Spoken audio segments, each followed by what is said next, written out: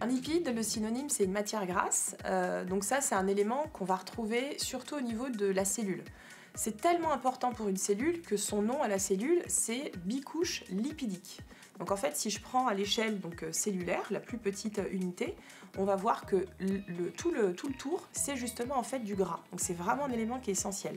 Pour rappel, plusieurs cellules, ça fait un tissu, plusieurs tissus, ça fait des organes, et plusieurs organes, ça fait tout l'organisme.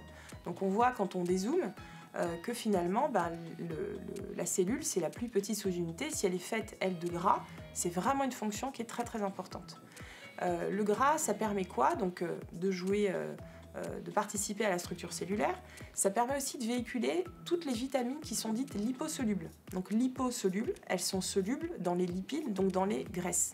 Si je prends de la vitamine A, si je prends de la vitamine D, de la vitamine E ou de la vitamine K, ce sont les 4 vitamines qui sont dites liposolubles. Et en fait, on ne peut pas donc les absorber sans gras. Donc je prends par exemple une salade de carottes. C'est très riche en bêta-carotène, c'est-à-dire en provitamine A. Mais si je ne mets pas mon petit filet d'huile d'olive par-dessus, en fait, je ne vais pas absorber cette vitamine A. Donc ce serait très dommage. Donc plutôt que de mettre que du citron pour, entre guillemets, essayer de faire light, autant rajouter un petit peu d'huile d'olive. Et comme ça permettra d'assimiler en fait finalement cette vitamine A.